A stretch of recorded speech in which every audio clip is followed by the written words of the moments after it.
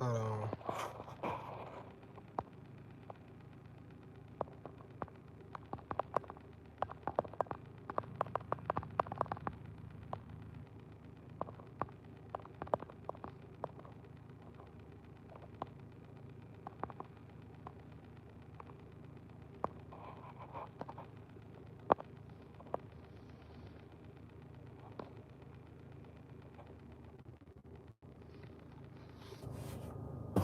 Might get better lighting in this big.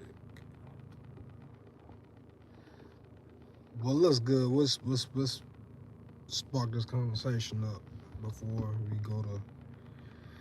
go into detail about this, man. I'm just gonna start off with this is about 6 finals wins or 10 finals appearances. Which one do you think is better? Which to me, and I'm just that type of person. I like winning. I'm gonna definitely prefer the 6-0. Let's be real. Let's be real about it. Jordan played from late '80s to early '90s to came back to late '90s and played a little of that early 2000s. Granted, um,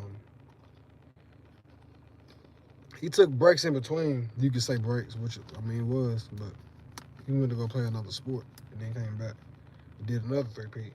Well, a lot of people like that mind about Jordan is like not only did he change the game and made it like the game, which you know at the time it was all about the Celtics and the Lakers, and in between the Pistons, but the fact that Jordan, like I said, he pretty much he dominated. I ain't say dominated. He won MVP in the late '80s.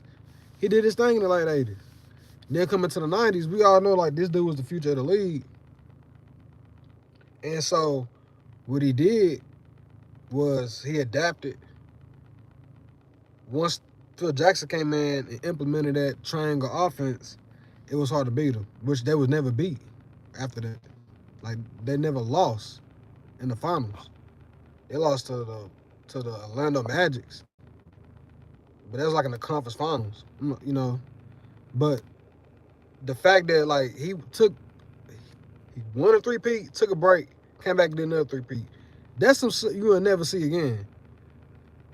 You will never see this like that ever in your life. Like, nigga, this dude took a damn break, came back and did another three-peat. Y'all make sure you hit that like and subscribe. It's just mind-boggling, man. I swear it's mind-boggling. So once he did that, you gotta put into perspective also, he did it in the '90s. Half the damn, or if not, majority of the damn Hall of Fame was players from the '90s. And most of them get a championship because of who? Because of that dude. So, like I said before, man, he a bad man. He's a bad man.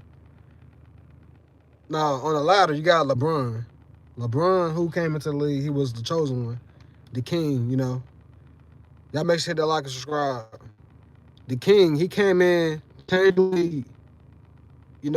Once LeBron started getting his game, probably like by year 2, year 3, that's when he actually made it to the finals. You know, we all know he was gonna be the future of the league. So that was his first loss. That first finals was his first loss. 2007. He got swept. The first of many. Then he had, I think the roster that he had to work on, which he edged into by '09 and 2010. The roster was hard to beat. The roster was hard to beat. And so by 2009, he had, I think, one of the best records in the league. Either 2009 or 2010, he had the best record in the league. So he did that. So he pretty much, but he just underperformed in big moments even during that time. So by 2010, he got fed up. He couldn't win. He couldn't get past them old ass Celtics. So he had to go team up with a Finals MVP, which at the time I was all right with because that's when I became a fan. But that's neither here or there. He pretty much, I ain't gonna say, well, I mean he did. He choked. The biggest historical meltdown in sports history. LeBron did that in 2011. I cannot fathom it. Dude had a historical meltdown. Like one, You had 8 points against little J.J. Barea and small ass, old ass Jason Terry. Like, it was mind boggling at the time. And so you go from that, and then he won a little 2 back-to-back championships, controversially in the latter. But then he went back home. Well, I ain't gonna skip. He lost in 2014 too. That was another one. What's up, Jordan? What up, Tyson? Y'all make sure that subscribe button. But yeah, hey, he came back home, man. It was glorious, man. Everybody making these commercials. I'm coming home. They making these songs. Y'all make sure that subscribe button. I'm coming home. It was beautiful. It was wonderful. It was like, tear to your eye. But then, like, fast forward 10 months later, them tears, they were some tears, but they wasn't, what up, Nancy? They weren't the ones you would expect. Them boys was up 2-1 against a Golden State Warriors team that didn't have any championship experience at the time.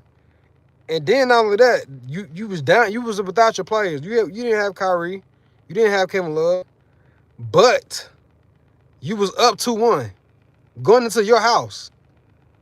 Going into your house, you was up 2-1. I mean, you just didn't get the job done. Y'all make sure you hit that subscribe button. What up, Razor?